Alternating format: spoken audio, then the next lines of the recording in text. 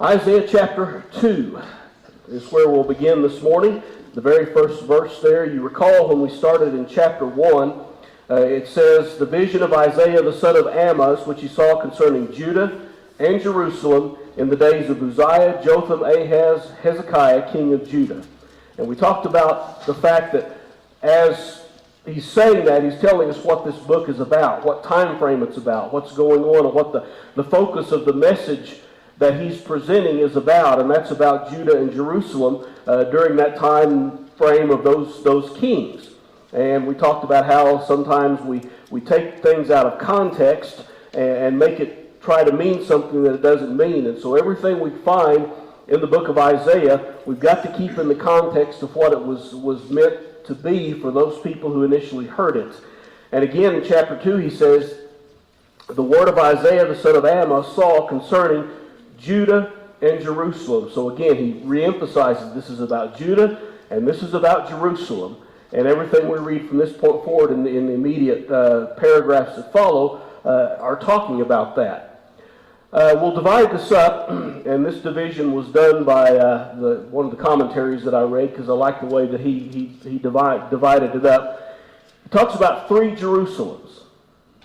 Same Jerusalem, obviously, but three, shall we say, spiritual Jerusalems, or the character of each Jerusalem. And we're starting off by saying the ideal Jerusalem there in verses 2 through 4.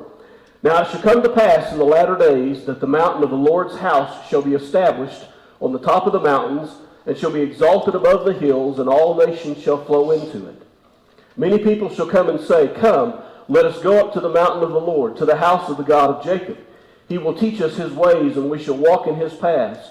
For out of Zion shall go forth the law, and the word of the Lord from Jerusalem. He shall judge between the nations, and rebuke many people. They shall beat their swords into plowshares, and their spears into pruning hooks. Nation shall not lift up sword against nation, neither shall they learn war any more." So that's the ideal Jerusalem. That's the, shall we say, the utopia of what God wanted for his people. That was his plan for what Israel was going to be for themselves and for the entire nation. That was what he was wanting. But you notice there at the very bottom, consider Malachi chapter 4 and verses 1 through 3. And what does Malachi chapter 4 and verses 1 through 3 basically say? That very same thing. It's not a carbon copy, it's not an identical wording and paragraph, but it says basically the same thing. And Micah is writing, again, in a different context, in a different place. So, we look at that context, and what might be the two possible, or what are the two possible conclusions of what he's saying there? What's this prophecy? When is it going to be fulfilled?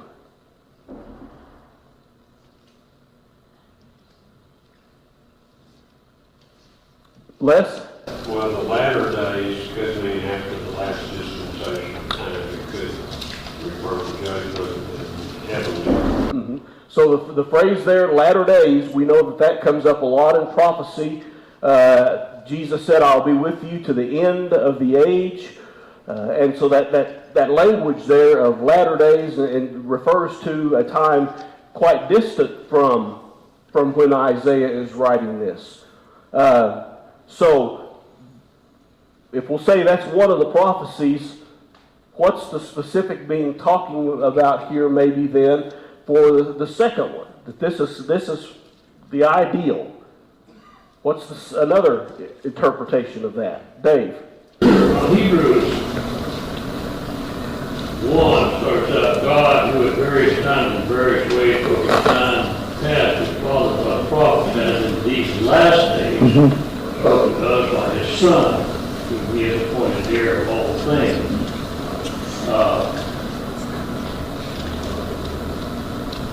It's hard to pinpoint and put your finger on and say, well, this is exactly what it is. 9 times out of 10, I think that the Old Testament, in the latter days, is talking about the end of that dispensation. And Hebrew writers saying these are the last days. So All right, Dave makes the point that the Hebrew writer talks about in these last days is spoken unto us through his Son. And so I think we all probably know this and agree with this, that these last days, the latter days, are referring to the age of what? The church, of Christianity, of Christ's redemptive work that he did here on this earth and is carrying on for all of us. And so, again, we haven't spent too much time on this, and I don't really want to today. We'll get into it a little bit later in the study. But prophecies can have more than just one fulfillment in that context. I would say that probably all of us would agree that the most important fulfillment of that prophecy is concerning Jesus, right? Would you all agree with that? That's the most important part of that prophecy. There are those commentators who will say, well, this could mean, and again, this is the ideal vision of Isaiah, of what Isaiah is saying, of Jerusalem. You've got bad things happening. You've got Babylon on its way. You've got a 70-year captivity on its way. But after that 70-year captivity, what's going to happen? Israel's coming back. The temple's going to be rebuilt. Israel's going to be reestablished. And there are some commentators who say, well, maybe the first initial context of this is for the people that he's writing to at that point in time who are about to suffer the captivity that was going on, to know that there is hope in their immediate future. Again, for many of them, they wouldn't see it because they wouldn't come back from Babylon, but in the immediate future, that there's going to be a restoration of God's people in Jerusalem. The temple's going to be built. Worship's going to be reestablished. Then you take that again and put it into a further context of the coming of Jesus, and even, as maybe Les was suggesting, even the permanent context of Jerusalem in the sense of where it is perfect, chapter 4. Nobody's going to have war anymore. Maybe even that new Jerusalem, if you want to look at it that way. But I would say for our purposes today, let's keep in mind that we're thinking about this in context of the coming of Jesus and the coming of the church. And again, part of that, Micah chapter 4, is talking about the same thing. And you've got Daniel chapter 2, you've got Joel chapter 2, which is interesting that it's all those chapter 2s come together. Again, talking about this very same thing in the nature of prophecy.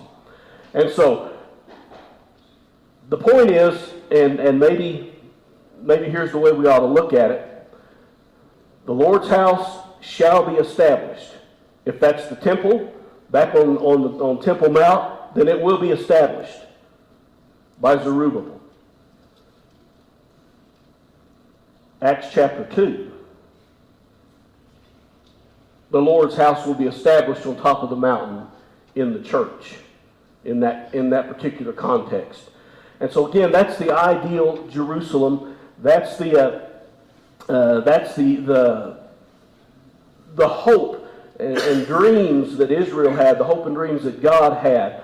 And shall be established on top of the mountains, exalted above the hills, and all nations shall flow into it. Notice there in verse 3, for out of Zion shall go forth the law. What is Zion? And just for your sake of those who like trivia matters, Zion from Hebrew and Zion from Greek is a transliterated word. In other words, we took English letters, substituted them for Hebrew or Greek letters, and that's where we get that word Zion from. We still hear it today, Zionists in Israel. That's still a big term for them. So what is Zion?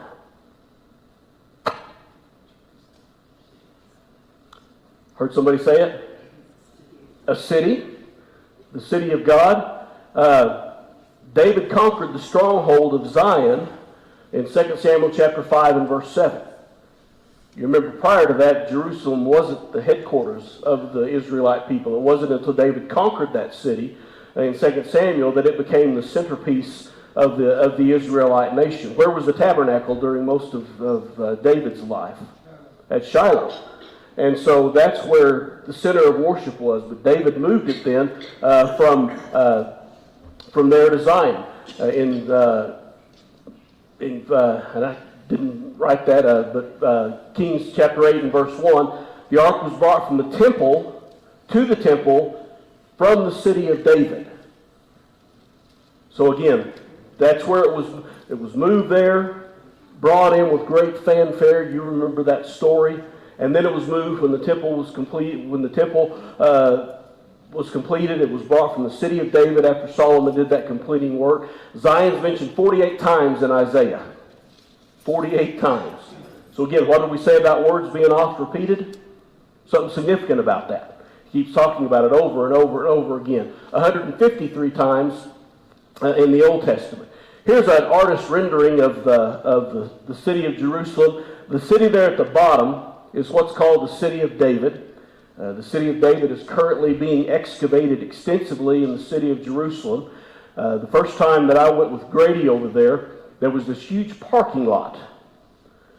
And people were parking on it, and while they were doing some work on that parking lot, guess what they discovered? Ruins. You can't dig in Jerusalem without discovering ruins. Parking lot's gone now, and they're digging up ruin after ruin after ruin that applied to the city of David. And so they're learning quite a bit about the city of David from that. You notice on the upper left then, though, the modern hill is referred to as Mount Zion. And so there's a little debate about where Zion is. Notice immediately above that, Mount Moriah, that's where the temple is, or was. That's Temple Mount. That's where the Dome of the Rock is in modern-day Jerusalem. But again, Zion started out as that area where you see the buildings in the city of David that he conquered, that he made his first palace and his first headquarters of the city of Jerusalem. And so it has to do with geography, but it has more to do with God's presence. What did the ark symbolize? The Ark of the Covenant that they tried to carry into battle and lost it when they shouldn't have done that.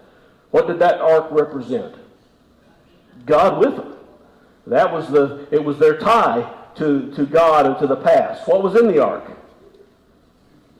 10 Commandments, Aaron's staff, and a jar of manna of some kind. And so again, it was their mini history of their life. And so that ark represented the presence of God, which is why they made the mistake of taking it to fight in battle when they hadn't asked God about that, and you know that whole story.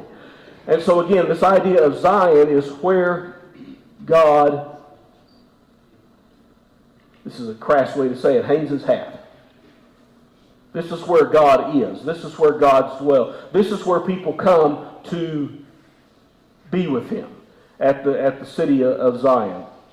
And again, there's some other scriptures.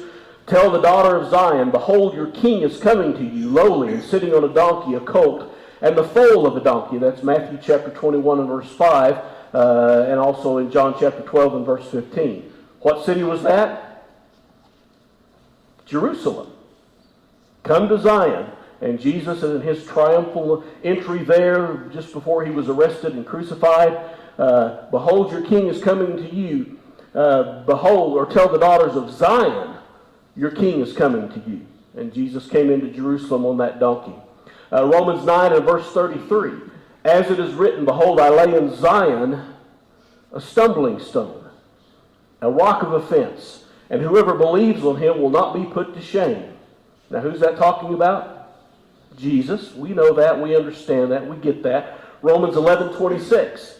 And so all Israel will be saved. As it is written, the deliverer will come out of Zion, and he will turn away ungodliness from Jacob. Romans 11 and verse 26. So that concept of Zion is important in Scripture. And it's important. It's important in a geographical sense because of history and of knowing where all of these things took place. It's important especially when we tie it to what happened on the day of Pentecost. Again, Zion, in Zion, at that time when Peter preached that first gospel sermon. Because that is where it had been prophesied it would take place. If Jesus had come and died, resurrected and buried in Paris, France, what would that do to the Old Testament? Something's wrong there, wouldn't it be? Or in Berlin, Germany, or in Washington, D.C., not that it would have existed at that time. But if it had come anywhere else but the place known as Zion, then obviously the prophecies would have been inaccurate. But where did it come? Well, exactly where God said it was going to. And there was no doubt in the mind of those people where Zion was, and I don't think there's any doubt in our mind where Zion was. Now, which little hill in that diagram was Zion? I think it's in reference to that area, but they're all within. You can stand on the city of David and see Temple Mount and the modern Mount Zion. It's just right there. So we're not talking about vagaries in the location and the geography. We know exactly where that happened, and it was all centered around this Zion, the city of Jerusalem. And it's interesting that the meaning of the word itself, looking at, and again, this is just stuff I've looked at and read, it can mean a parched place, a sunny place, a high place. So there's a lot of different names that go along with that. But for our sake that is the center, the geographical center of God's redemptive work. And I think it's safe to say it that way. And that is because that's where God wanted it to be. That was the center for his people. And then from that point on, in the new covenant, all that changed. There is no more center, if you will. There's no more Mecca that we have to go to as our Muslim friends do. It is a spiritual kingdom and a spiritual church. And so again, that Zion is repeated enough that we need to take just a couple of minutes to think about that and be mindful of what that means in the context. Thoughts, comments, questions? I'm talking a lot. Ellen. Well, I was thinking about the fact that Jesus talking to the Samaritan woman, he explained it to her exactly as it was written to me. You will not have to go to the mountain. It's been done away. The kingdom's here now. Here I am to tell you the truth. Ellen makes the point that when Jesus was talking to the Samaritan woman at the well, she said, we worship at this mountain. You worship in Jerusalem, which is the right way. And his response was, the day is coming when you will worship in what? Spirit and in truth. And it's not going to matter where it is. It's going to matter how it is and what's going on in your heart in that context of where you worship and all of that. And so the geography ceased to have any meaning, not that they have any meaning, that's not the right way to say it, any force of you got to be there for it to happen.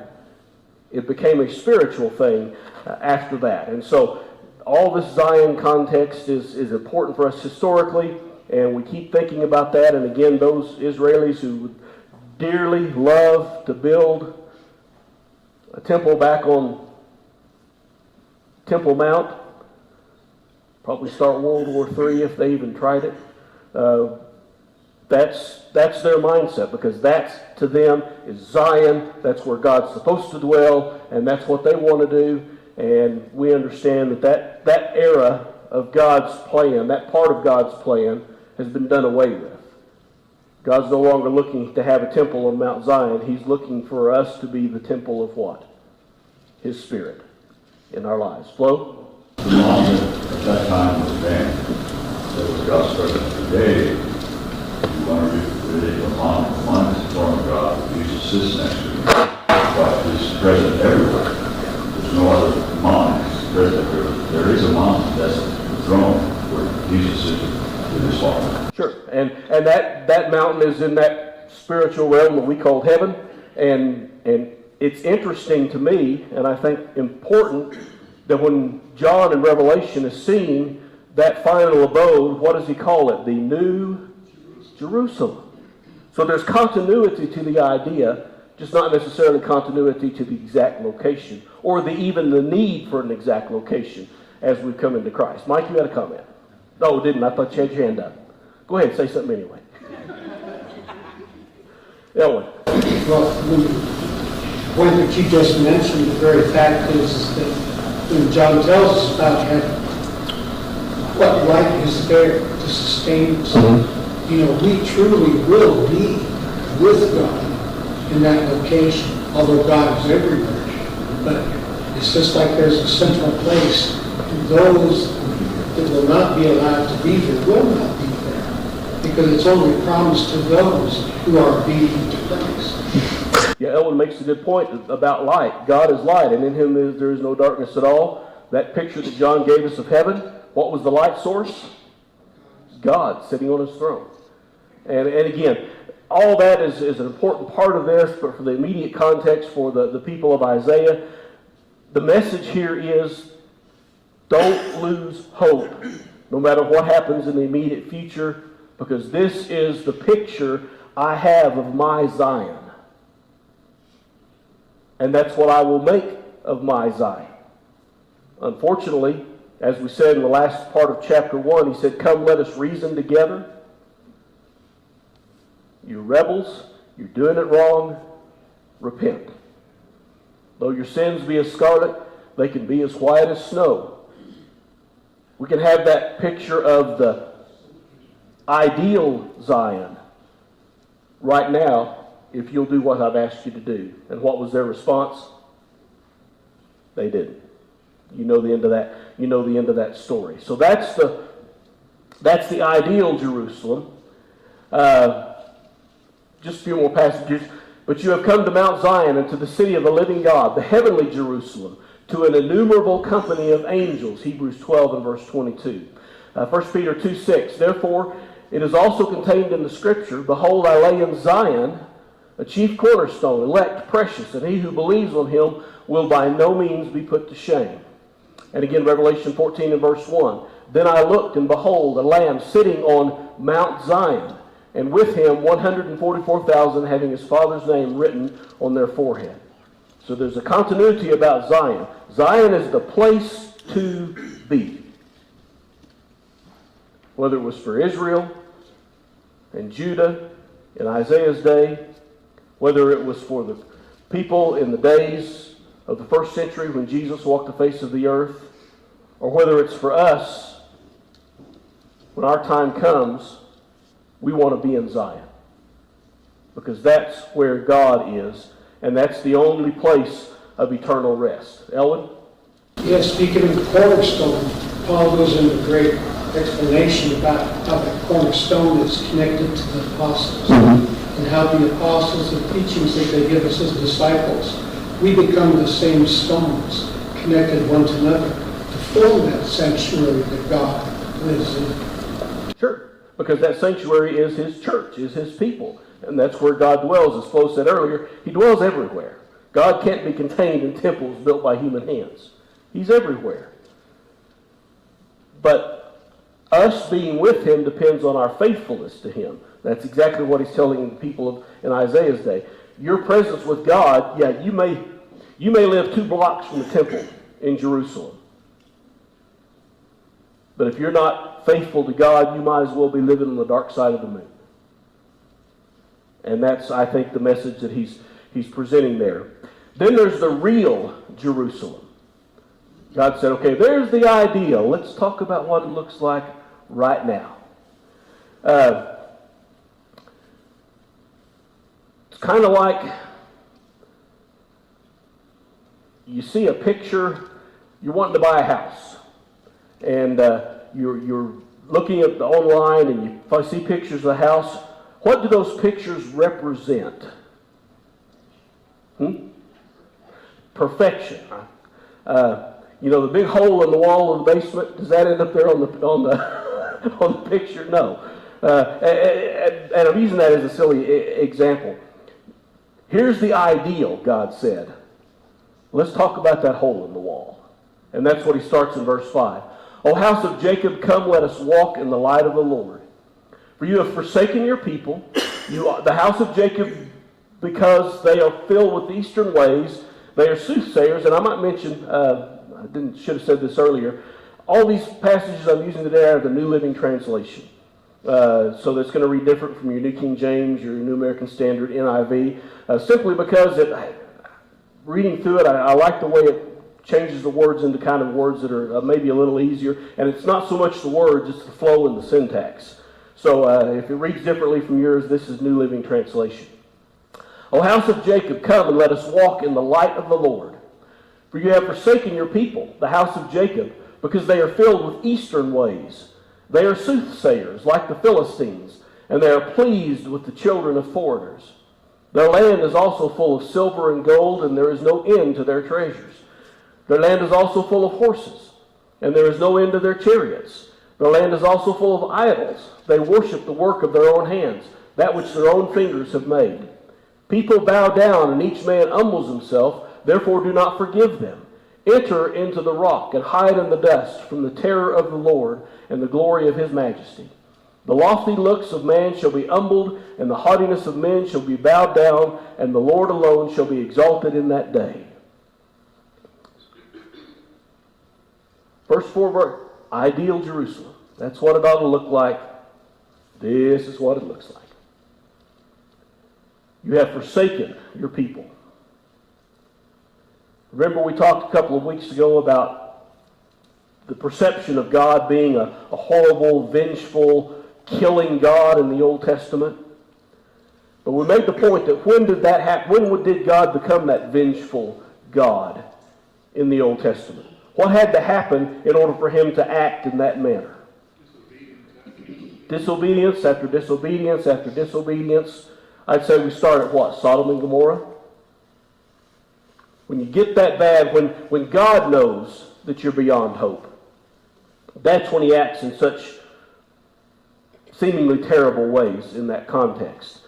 And again, filled with eastern ways. That's kind of the way the New Living Translation translates that. To me, the context there is eastern ways, soothsayers, like the Philistines, children of foreigners. They have become so enamored with everything else in the world that they've forgotten God. And that's the problem.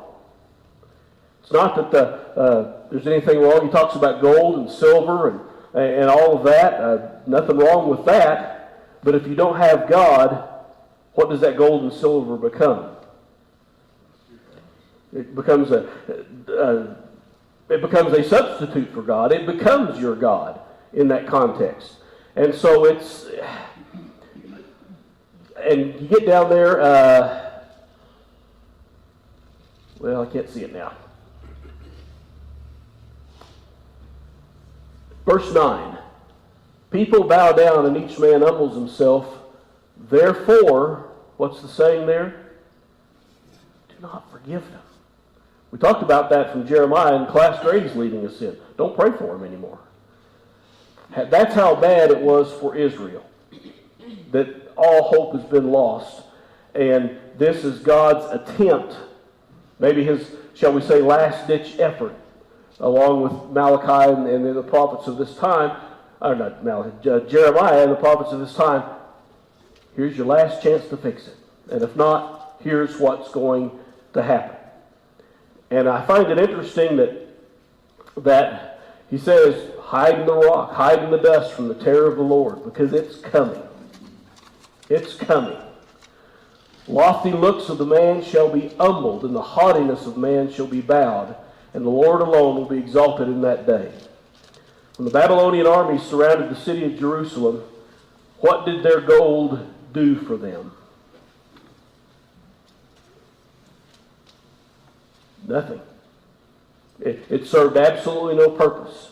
They could have dumped every ounce of gold over the side of the wall and said, here, Babylon, please take that and don't conquer us. And what would have happened? Babylon would have said, thank you very much. Now here we come. Because that's what God had destined them to do, if you want to use that phraseology. So again, that's the real Jerusalem. We've got the ideal Jerusalem. We've got the real Jerusalem. For the day of the Lord of hosts shall come upon everything proud and lofty, upon everything lifted up, and it shall be brought low.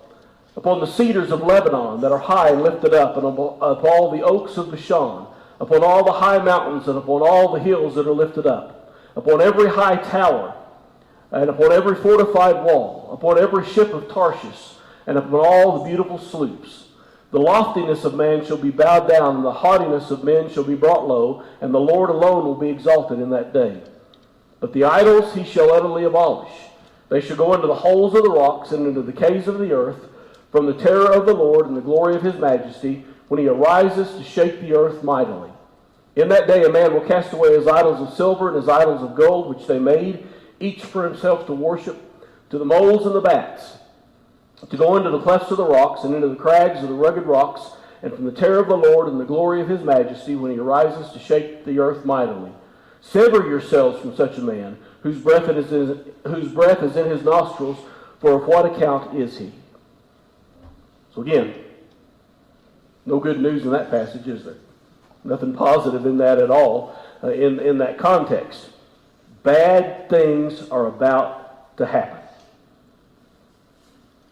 And you need to be ready for that. And those who don't do anything to repent of that are going to suffer as well.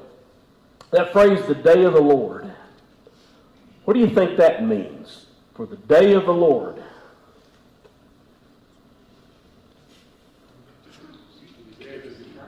Pardon? I usually think of it as the day of his return. The day of his returning. The day of the Lord will come as a what? Deep in the night. Dave? Yeah, I think it had various meanings all through the Old Testament. When the Assyrians came, that was a day of the Lord. When the Babylonians came, that was a day of the Lord. You can't just take that. It's a day that God redeemed his judgment. Okay. Dave makes the point that John talks about maybe the second coming. Dave talks about the idea of judgment. The day that judgment comes is the day of the Lord. Mike, you had a comment. Yeah, I was going to tie in that it typically has to do with the judgment of the Lord in some way or the other. Not the final judgment, but just as he's pointing out, it's a judgment of God comes upon God's people in whatever way he brings it, but it's used a lot of times. Yeah, it's used a lot of times that way, and it usually is in reference to judgment, the day of the Lord. And it's not necessarily a day to look forward to unless you're one of the faithful during that time. Phrase is used 15 times in the Old Testament outside of Isaiah. And there's that list there. You can read that if you'd like a copy of that. I'll be happy to email that to you. We won't look through all of those. But 15 times in the Old Testament outside of the book of Isaiah. It's used 6 times in the New Testament. Acts chapter 2 and verse 20. 1 Corinthians 5 and verse 5. 2 Corinthians 1:14. 1 Thessalonians 5:1. 2 Thessalonians 5:2. And 2 Peter chapter 3 and verse 10. And then in Isaiah here it's used in chapter 2 and verse 5, which is where we are. Chapter 2 and verse 12, chapter 13 and verse 6, and chapter 13 verse 9, and chapter 58 and verse 13. Again, it's the idea of judgment. This is God's day. And what's going to happen on God's day? God's will is going to happen on God's day. And again, whether that's good for us or bad for us, all depends upon where we are in our lives. If we're faithful, the day of the Lord can be a great thing. If we're not, as for the people of Isaiah, it's not going to be pleasant. Blow. Well, in today's context, as far as his presence, it's always the day of the Lord. It could come today. I got to be prepared and ready. Flo makes a good point, and I think it's a very valid point, that every day is the day of the Lord. And in the context of his second coming, when could that be? 30 seconds from now. 30 years from now.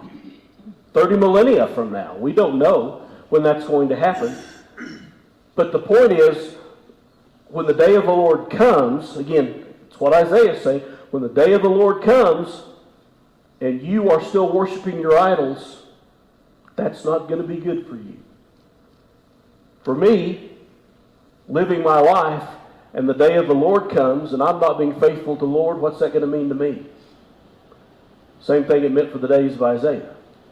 But if I'm found faithful, it's a whole different ballgame, a whole different story of what the end result of that is going to be. And so, shall we say the day of the Lord is a day to be feared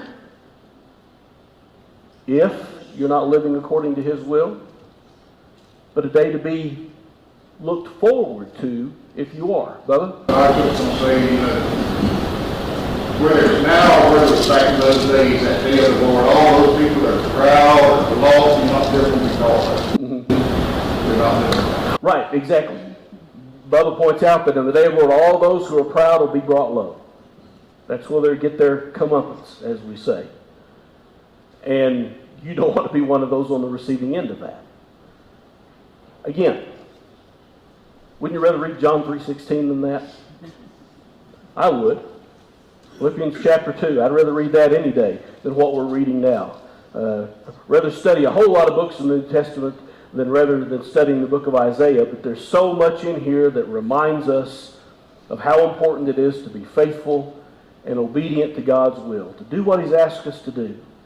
And we have grace, yes, and we're thankful for that grace. But again, Paul said, shall we continue in sin that grace may abound? Heaven forbid. And so we've got to be careful in our lives and how we deal with Him. And so there's the ideal Jerusalem.